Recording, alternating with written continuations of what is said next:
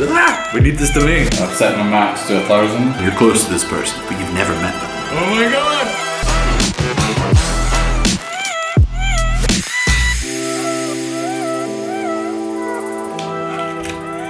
What am I supposed to say again? Okay, let's give it a go. Hi there, my name's Stefan.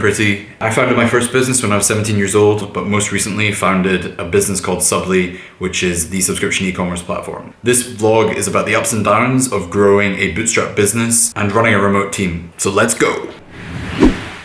Just getting ready for traveling tomorrow, but I'm excited. So tomorrow's the day, getting to meet Andrea for the first time, fresh new cut, getting ready to pack tonight, still got work to do today, still got things to pick up today, so let's go and do this. Ready to rock and roll on this adventure.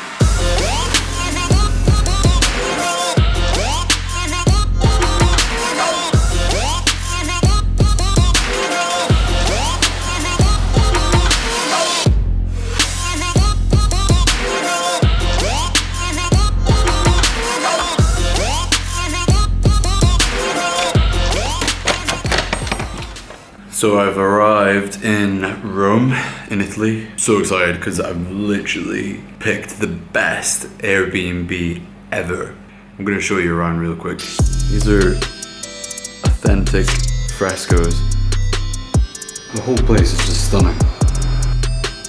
Little balcony action. I love this fucking place. Literally. I wanna live here.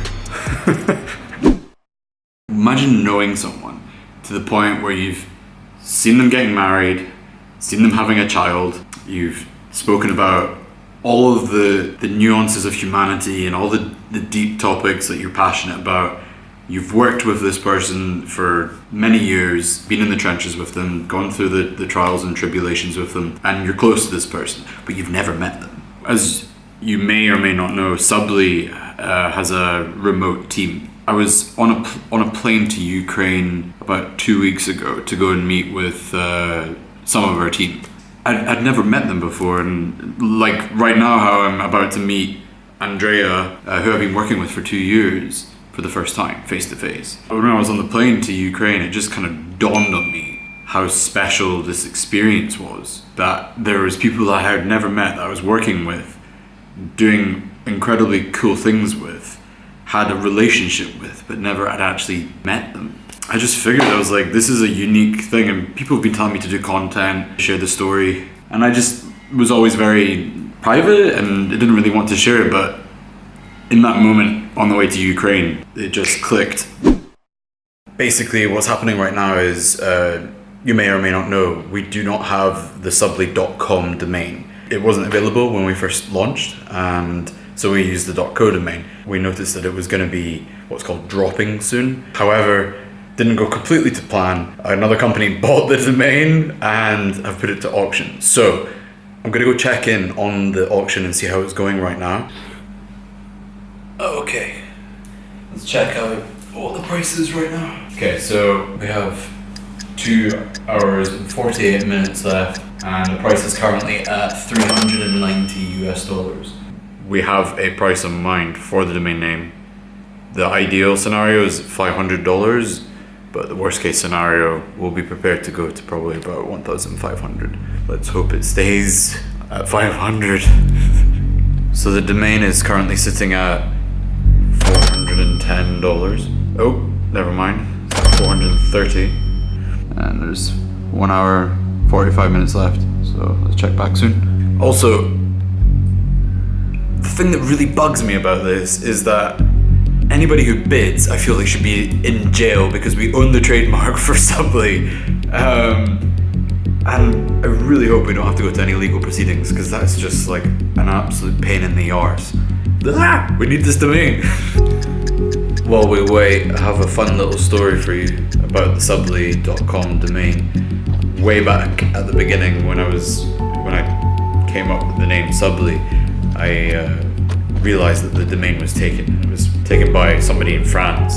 And I actually reached out to them just as we started to write the initial lines of code and told them that I was working on a student project and therefore would like to purchase the domain and offered them £50. It didn't work. 1 hour remaining. I'm actually nervous. Okay, so 23 minutes remaining.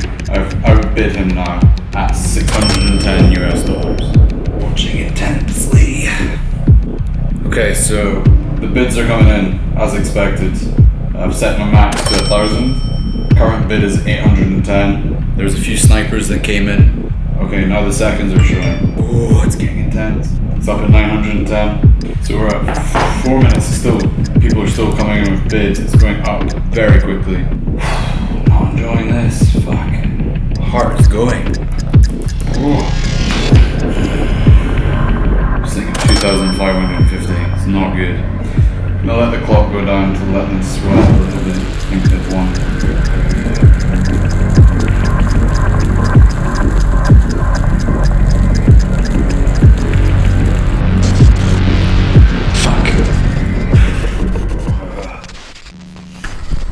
We'll come back to this.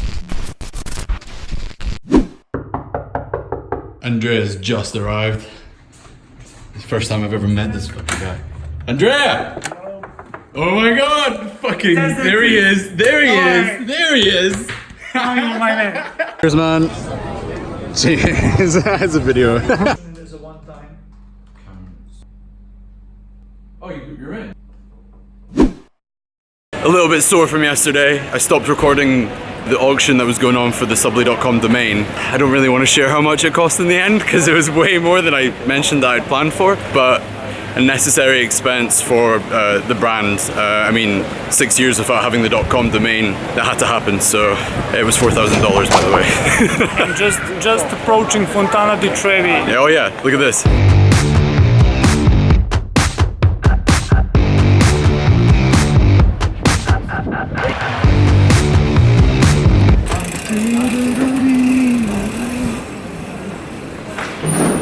So I managed to lock Andrea down for some coffee just outside the Vatican. I've got a couple of questions for him. Okay, so first question is, what is it you actually do at Subly? Officially like a customer success representative, which means basically helping customers succeed. And how do you do that? Like, how do you help people succeed? Answering their queries and questions, providing some marketing advice, helping setting everything up. You can say that I'm go-to guy when you need to get shit done. Get shit done. So Subly's a remote team. Do you like it? What do you not like about it? If I was to start with what I don't like about it, it's definitely some challenge that comes from the fact that we're in different time zones, so it can be quite challenging, but above all it's really extremely rewarding and fruitful because you get to know how different cultures work and what different business mindsets are, so that really helps you push your career forward and broaden your horizons. Initially when you came up with the name for a company and when you realized that it was taken by somebody else, why did you continue with it? Why didn't you just opt for another solution for a name? And it's a good fucking question. I think it's like a limiting mindset to think that just because a name isn't available for, say for example, the .com domain, that you have to change your plan or come up with something else. When I was starting Subly, I came up with the name first, was set on the name, knew it was right, and then first researched to see if there was other brands out there that were using that name, and there wasn't. So in my head, I think deep down I knew that the .com would eventually become ours and we would own the domain because we built a brand. To summarize, it's basically like, don't let these little things like be excuses to stop you from actually doing it. Yeah. Thank you so much for watching this episode. Make sure you click subscribe and comment on this video with any questions that you have for me, and I'll pick the best ones and answer them on a future episode. But until then, take care of yourself and I'll see you on the next episode. I cannot read your handwriting, by the way.